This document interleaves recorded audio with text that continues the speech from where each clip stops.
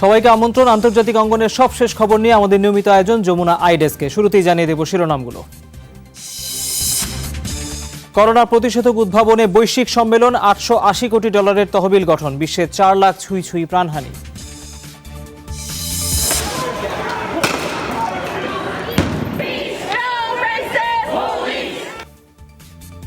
বর্ণবাদ বিরোধী আন্দোলনে পুলিশি নির্যাতনের অভিযোগে ট্রাম্প প্রশাসনের বিরুদ্ধে মামলা, আগস্টে ওয়াশিংটনে পদযাত্রা সমাবেশ। নতুন স্বাস্থ্য বিধিমালায় 8 জুন থেকে ভারতে শিথিল হচ্ছে লকডাউন, মন্দা কাটাতে ইউরোপের অনেক দেশে পর্যটন শিল্পে গতি ফেরানোর চেষ্টা। দর্শক, এই সব খবরের বিস্তারিত নিয়ে আপনাদের সাথে আছি আমি তৌহিদ হোসেন। করোনা ভাইরাসের প্রতিষেধক উদ্ভাবন ও উৎপাদনে বড় অঙ্কের তহবিল গঠিত হলো। বৃহস্পতিবার বৈশ্বিক ভ্যাকসিন সম্মেলনে সংগৃহীত হলো $880 কোটি তহবিল। ব্রিটিশ প্রধানমন্ত্রী বরিস জনসনের নেতৃত্বে ছিল এই পুরো প্রচেষ্টা, যেটাতে যোগ দেন বাংলাদেশের প্রধানমন্ত্রীও। প্রাণঘাতী করোনা ভাইরাস মোকাবেলায় যখন পর্যুদস্ত বিশ্ব, সে সময় এর প্রতিষেধক উদ্ভাবন আর উৎপাদনে বড় ধরনের তহবিল গঠন করা সম্ভব হলো।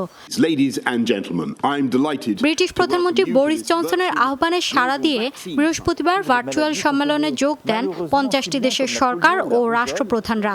অবশ্য সবচেয়ে বড় চমক ছিল WHO-র সাথে সম্পর্ক ছেদের পর প্রেসিডেন্ট ডোনাল্ড ট্রাম্পের উপস্থিতি। সবার সহযোগিতায় লক্ষ্যমাত্রার তুলনায় অনেক বেশি $880 কোটি তহবিল গঠিত হয়। আগামী 5 বছরের জন্য $880 কোটি তহবিল নিশ্চিত করা গেল। এজন্য সবাই ধন্যবাদ প্রাপ্য। করোনা ভাইরাস দেখিয়ে দিল আমরা পরস্পরের উপর কতটা নির্ভরশীল।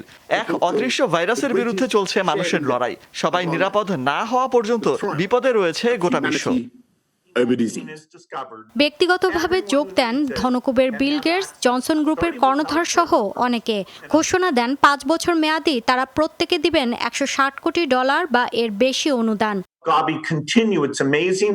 আগামী 5 বছর গাভি নির্দ্বিধায় কাজ করার লক্ষ্যে $160 কোটি অনুদান দিচ্ছে Bill and Melinda Gates foundation. এছাড়া কোভিড-19 গবেষণা এবং প্রতিষেধক উদ্ভাবনেও আমরা দিচ্ছি বিপুল অঙ্কের সহযোগিতা। এর মাধ্যমে নতুন ভ্যাকসিনের পরীক্ষামূলক প্রয়োগ সফলতা পাওয়ার পরপরই সেটি সবার হাতে পৌঁছানোর ব্যবস্থা করা হচ্ছে। মহামারী এবং করোনার প্রভাবে ক্ষতিগ্রস্ত দেশগুলোর সহযোগিতায় উন্নত রাষ্ট্রগুলোকে এগিয়ে আসার আহ্বান জানালো ইইউ জোট। The European Commission is pledging €300 million for Gavi. করোনার টিকা গবেষণার দৌড়ে সবচেয়ে এগিয়ে অক্সফোর্ড বিশ্ববিদ্যালয়। চলতি মাসেই এর সম্ভাব্য টিকাটির প্রথম পরীক্ষা হবে ব্রাজিলে। 2000 স্বেচ্ছাসেবীর উপরে হবে এর প্রয়োগ।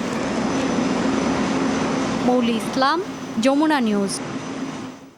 বিশ্বজুড়ে করোনা ভাইরাসে 4 লাখের কাছাকাছি প্রাণহানি, সংক্রমিত 67,20,000 ছাড়িয়েছে। 24 ঘন্টায় কোভিড-19-এ 5,500-এর মতো মানুষ মারা গেছেন।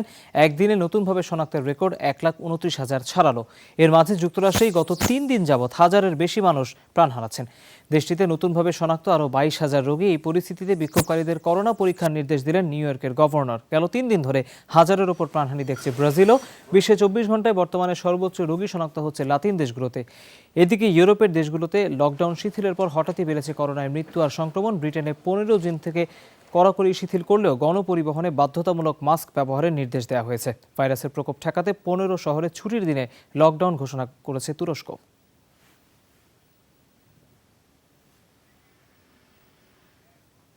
বর্ণবাদ বিরোধী আন্দোলনের জেরে মামলার মুখোমুখি ট্রাম্প প্রশাসন। আমেরিকান সিভিল লিবার্টিজ ইউনিয়ন ACLUর অভিযোগ, বিক্ষোভকারীদের ন্যূনতম মানবাধিকারও লঙ্ঘন করেছে সরকার। বৃহস্পতিবারই যুক্তরাষ্ট্রসহ বিশ্বের নানা দেশে ছিল কৃষ্ণাঙ্গ মার্কিনী জর্জ ফ্লয়েডের স্মরণ সভা। সেখানে 8 মিনিট 46 সেকেন্ডের নীরবতা পালিত হয়। একই সাথে ঘোষণা আসে পুলিশ বিভাগের সংস্কারের দাবিতে আগস্টে রাজধানী ওয়াশিংটনে হবে স্মরণকালে সবচেয়ে বড় সমাবেশ। 11তম দিনে গড়ালো বিক্ষোভ, আটক হয়েছেন 1000-এর বেশি আন্দোলনকারী। একাদশ দিনে গড়ালো যুক্তরাষ্ট্রের বর্ণবাদ বিরোধী আন্দোলন। নিন্দা বিতর্কের মুখে বাফেলোর রাস্তায় ফের পুলিশের অঘটন। এবার শ্বেতাঙ্গ বিক্ষোভকারীর উপর চড়াও হলো নিরাপত্তা বাহিনীর সদস্য।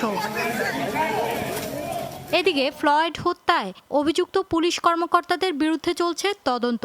আদালতের বক্তব্য, $10 লাখ বিনিময়ে মিলতে পারে জঘন্য অপরাধের জামিন, তবে বহাল থাকবে বিচারিক কর্মকাণ্ড। এরই মাঝে মানবাধিকার লঙ্ঘনের অভিযোগে American civil liberties union ACLU ঠুকে দিল ট্রাম্প প্রশাসনের বিরুদ্ধে মামলা, যার দায় পুরোপুরি অস্বীকার করলেন অ্যাটর্নি জেনারেল। বর্তমানে আইনের শাসন বহাল রাখতে যুদ্ধ করছে যুক্তরাষ্ট্র। বেশিরভাগ পুলিশ কর্মকর্তা সাহসিকতার সাথেই কাজ করছেন, কিন্তু আফ্রো আমেরিকানরা এক ঘটনায় হারিয়েছেন আস্থা।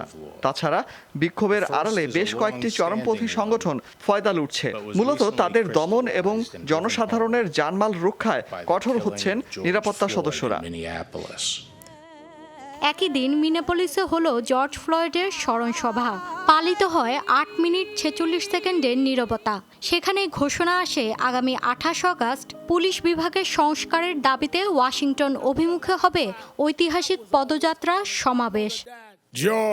চলমান বিক্ষোভ মার্টিন লুথার কিং এর নাগরিক আন্দোলনকে স্মরণ করিয়ে দেয়। সেটা 57 বছর উদযাপন এবং পুলিশ বিভাগের সংস্কারের দাবিতেই আগামী 28 আগস্ট ওয়াশিংটন অভিমুখে হবে সবচেয়ে বড় পদযাত্রা। সেই সমাবেশে রচিত হবে নতুন ইতিহাস। অশ্বেতাঙ্গরা পাবেন সত্যিকারের সম্মান, নাগরিক অধিকার। স্মরণসভায় দূর থেকেই যুক্ত হন ডেমোক্রেট আইন প্রণেতারা।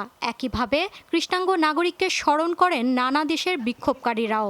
স্লোগান, প্রার্থনা, গানে তারা দাবি তোলেন ধর্ম, বর্ণ, জাতি নির্বিশেষে মানুষে মানুষে ভেদাভেদ ঘোচানো।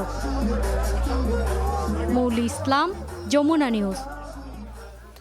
দীর্ঘদিন ধরেই নির্যাতন, বঞ্চনা আর বৈষম্যের শিকার যুক্তরাষ্ট্রের সংখ্যালঘু অশ্বেতাঙ্গরা। চলমান আন্দোলন প্রতিবাদে বিস্ফোরণ ঘটেছে সেই খবরই, এমনটাই মনে করেন বিশ্লেষকরা। কৃষ্ণাঙ্গ এবং হিসপ্যানিকদের উপর বেড়েছে নিরাপত্তা বাহিনীর নির্যাতন, কমেছে চাকরি সহ অন্যান্য সামাজিক সুযোগ। পাশাপাশি মানবাধিকার ইস্যুতে যুক্তরাষ্ট্রের দ্বিমুখী আচরণ দেশটির বর্ণবাদ নির্যাতনকে আরও জটিল অবস্থায় নিয়ে গেছে বলে মনে করেন সমাজবিজ্ঞানীরা। বর্ণবাদী নির্যাতনের প্রতিবাদে উত্তাল পুরো যুক্তরাষ্ট্র। প্রায় সবগুলো বড় শহরই জ্বলছে ক্ষোভের আগুনে। পুলিশি বর্বরতায় কৃষ্ণাঙ্গ জর্জ ফ্লয়েডের মৃত্যুকে কেন্দ্র করে ক্ষোভের এই উত্তাপ আঁচ লেগেছে বিশ্বের অন্যান্য দেশেও।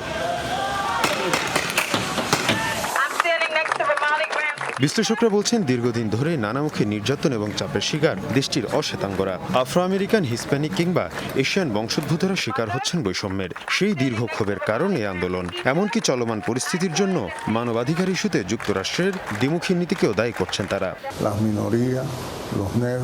যুক্তরাষ্ট্রে বর্ণবাদ ইস্যুটি খুবই জটিল। এটা সহজে সমাধানযোগ্য নয়। অন্য কোনো দেশে মানবাধিকার লঙ্ঘিত হলে যুক্তরাষ্ট্র সেটা নিয়ে সোচ্চার হয়। সেখানে দেশটি নিজের ক্ষেত্রেই মানবাধিকারকে সম্মান করে না। নৈতিকভাবে অপর দেশে হস্তক্ষেপ চালানো এটা যুক্তরাষ্ট্রের একটা নীতি। যখন একটা দেশে বিক্ষোভ হয় তখন সেই বিক্ষোভের পক্ষে অবস্থান নেয় যুক্তরাষ্ট্র। ঠিক একই ঘটনা যুক্তরাষ্ট্রে হলে তখন বলা হবে এটা জাতীয় স্বার্থে আঘাত। অনেক ইস্যু রয়েছে যেখানে দেশটির দ্বিমুখী আচরণ। যুক্তরাষ্ট্রে গেল 4 মাসে যেখানে শ্বেতাঙ্গদের মাঝে বেকারত্বের হার 3.1%, সেখানে অশ্বেতাঙ্গদের মাঝে এ হার 12%-এর বেশি। সংখ্যালঘু, বিশেষ করে যারা আফ্রিকান বংশোদ্ভূত এবং হিসপ্যানিক, তারা বিভিন্নভাবে নির্যাতনের শিকার যুক্তরাষ্ট্রে, বিশেষ করে পুলিশ এবং বিচার বিভাগ দ্বারা। যখন শ্বেতাঙ্গদের মাঝে বেকারত্বের হার 8%, তখন আফ্রো আমেরিকানদের মাঝে এই হার প্রায় 15%। বিশ্লেষকদের আহ্বান, বৈষম্য দূর করতে সামাজিক অবস্থানগত দূরত্ব কমানোর পাশাপাশি সর্বস্তরের মানবাধিকার নিশ্চিত করা। মীর মুশফিকা হাসান, যমুনা নিউজ। ফিলিপাইনে মাদক বিরোধী অভিযানের 4 বছরে বিচার বহির্ভূত হত্যাকাণ্ডের শিকার 8600-র বেশি মানুষ। জাতিসংঘের মানবাধিকার বিষয়ক কমিশনের প্রতিবেদনে এমন তথ্য উঠে এসেছে। দেশটিতে মানবাধিকার লঙ্ঘনের অভিযোগ তুলে তীব্র নিন্দা জানিয়েছে জাতিসংঘ। বিচার বহির্ভূত হত্যা সহ মানবাধিকার লঙ্ঘনের নানা চিত্র উঠে এসেছে প্রতিবেদনে। নিহত মানবাধিকার কর্মী, সাংবাদিক, আইনজীবী ও শ্রমিক নেতার সংখ্যা প্রায় 250। ওয়ারেন্ট ছাড়াই পুলিশ রেড চলছে, অনেক ক্ষেত্রেই ভুল তথ্যের ভিত্তিতে। অন্তত 25টি রিপোর্ট পর্যালোচনায় দেখেছি বিভিন্ন অভিযানে উদ্ধার দেখানো হয়েছে প্রায় একই অস্ত্র। এসব ঘটনা সুষ্ঠু ও স্বাধীন তদন্ত প্রয়োজন। on the drug suspects. টানা 9 সপ্তাহ পর ইন্দোনেশিয়ায় নামাজ আদায়ের জন্য খুলে দেওয়া হয়েছে মসজিদ। শুক্রবার মসজিদগুলোতে জুমার নামাজ আদায় করেন মুসল্লিরা। প্রশাসন জানায় স্বাস্থ্যবিধি মানার শর্তে মুসল্লিদের মসজিদে প্রবেশের অনুমতি দেওয়া হয়েছে। এ সময় ঢোকার সময় স্যানিটাইজ করার পাশাপাশি মাস্ক পরা এবং শারীরিক দূরত্ব নিশ্চিত করা হয়। এছাড়া তাপমাত্রা মাপা ও প্রত্যেকের মাঝে 3 ফিট দূরত্ব রাখার বিষয়টিও নিশ্চিত করতে কাজ করছে প্রশাসন। দেশটিতে এখন পর্যন্ত শনাক্তকৃত রোগীর সংখ্যা প্রায় 30,000, প্রাণহানি হয়েছে 1,770 জনের।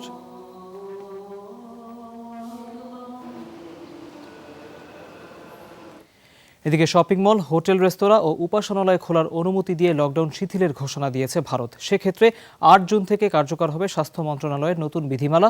6 ফুট শারীরিক দূরত্ব নিশ্চিত করা, মাস্ক পরা, হ্যান্ড স্যানিটাইজারের মতো বিষয়গুলোর উপর গুরুত্ব দেওয়া হয়েছে। কঠোরভাবে নিষিদ্ধ হলো পথে ঘাটে কফ ও থুতু ফেলা। বয়স্ক, অন্তঃসত্ত্বা নারী বা অসুস্থদের জন্য নিতে হবে বিশেষ ব্যবস্থা। শপিং মল, রেস্তোরাঁর বাইরে থার্মাল স্ক্রিনিংয়ের ব্যবস্থা থাকতে হবে। উপাসনালয়ে প্রবেশের আগে হাত পা ধোয়ার ব্যবস্থা রাখার নির্দেশ দেওয়া হয়েছে। স্পর্শ এড়াতে প্রসাদ বন্টনের বিষয়ে জারি করা হয়েছে নিষেধাজ্ঞা। ভারতে বৃহস্পতিবারও 9,000-এর বেশি মানুষের শরীরে করোনা শনাক্ত হয়েছে। দেশটিতে কোভিড-19-এ মোট 6,300 মানুষ মারা গেছেন, আক্রান্ত 2.25 লাখ।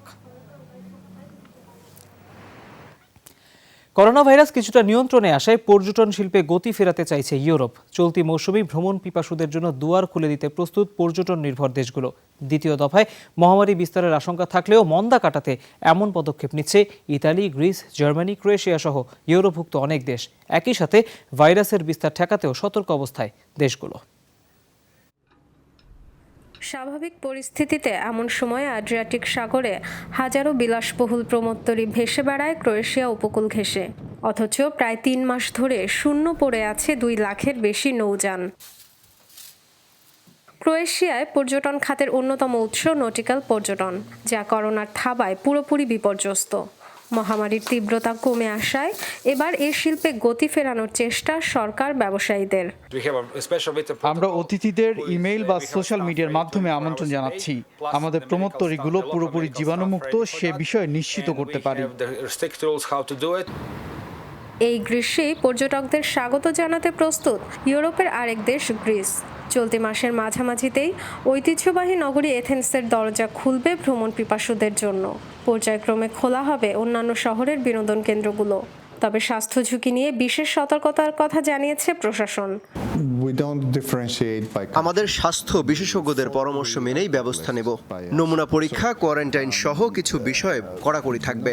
স্বাস্থ্য ঝুঁকির বিষয়ে সর্বোচ্চ সতর্ক থাকব। পর্যটকদের আরেক তীর্থস্থান ফ্রান্সেও ধীরে ধীরে খোলা হচ্ছে বিনোদন কেন্দ্রগুলো। এরই মধ্যে চালু হয়েছে কফি আড্ডার জন্য বিখ্যাত রেস্তোরাঁগুলো। আমরা পুরো ব্যবস্থাপনায় অনেক পরিবর্তন এনেছি। সংক্রমণ ঠেকাতে পরিচ্ছন্নতা সহ অন্যান্য বিষয়ে সতর্কতা অবলম্বন করছি। শারীরিক দূরত্ব নিশ্চিতে ব্যবস্থাও নিয়েছি। পর্যটক প্রবেশের সুযোগ দেওয়ার সিদ্ধান্ত নিয়েছে স্পেন, ইতালি, জার্মানিও। ইউরোপের মোট অর্থনীতির 10%ই পর্যটন নির্ভর, যার সাথে জড়িত কোটি মানুষের জীবিকা।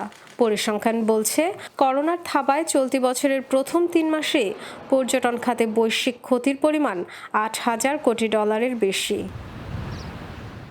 Dorothy Tasrin, Jamuna news. রাশিয়ায় তেল দুর্ঘটনার ঘটনায় আর্কটিক শহর নরিলস্কে জরুরি অবস্থা জারি করেছেন প্রেসিডেন্ট ভ্লাদিমির পুতিন। ঘটনার কারণ অনুসন্ধানে তদন্ত কমিটি গঠন করা হয়েছে। দুর্ঘটনার শিকার পাওয়ার প্ল্যান্ট প্রধানকে গ্রেফতারের নির্দেশ দিয়েছেন রুশ আদালত। সংশ্লিষ্ট শীর্ষস্থানীয় এক কর্মকর্তাকে বরখাস্তের নির্দেশও দেন প্রেসিডেন্ট। 29 মে সাইবেরিয়ান অঞ্চলের একটি পাওয়ার প্ল্যান্টের ট্যাঙ্ক থেকে আর্কটিক সাগর ও স্থানীয় নদী জলাশয়ে ছড়িয়ে পড়ে প্রায় 20,000 টন ডিজেল। তদন্ত কমিটির প্রধান জানান, তেল ছড়িয়ে পড়ার ঘটনায় মারাত্মক দূষিত হয়েছে এলাকাটি। পরিবেশবাদীদের দাবি, দুর্ঘটনায় ক্ষতির পরিমাণ কমপক্ষে $5 কোটি। বিদ্যুৎ কেন্দ্রটি রাজধানী মস্কো থেকে 2,900 কিলোমিটার উত্তর পূর্বে অবস্থিত। দুর্গম অঞ্চল হওয়ায় তেল শোধনের কাজ ব্যাহত হচ্ছে বলে দাবি স্থানীয় প্রশাসনের।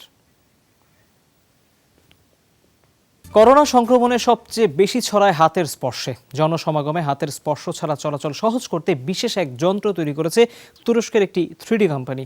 এই যন্ত্রের সাহায্যে যে কোনো দরজা হাতের স্পর্শ ছাড়াই খোলা ও বন্ধ করা যাবে। ফলে সংক্রমণ ঝুঁকি অনেকটাই কমে আসবে বলে মত আবিষ্কারকদের।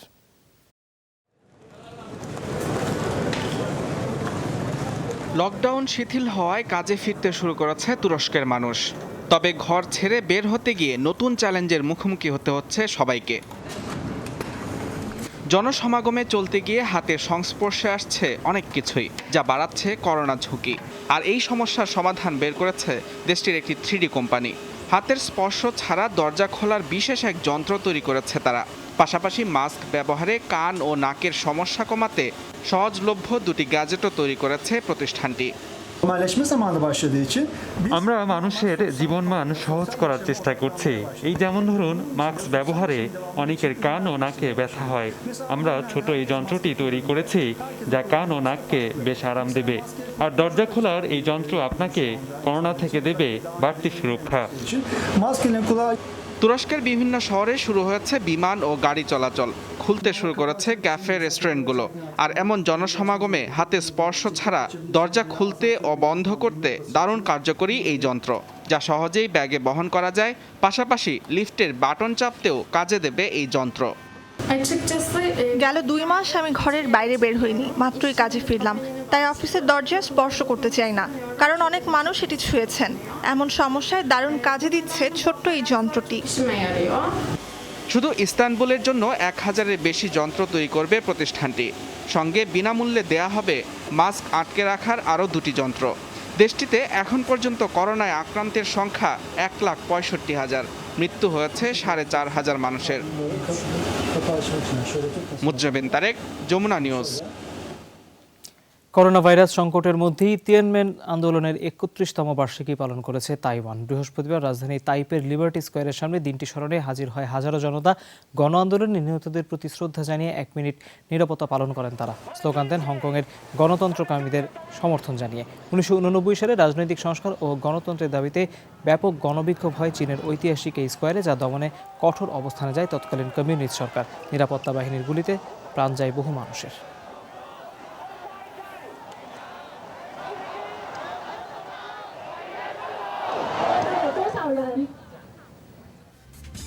দর্শক, এই ছিল যমুনা আই ডেস্কের এখনকার আয়োজনে। এতক্ষণ যারা সাথে ছিলেন তাদের সবাইকে অনেক ধন্যবাদ।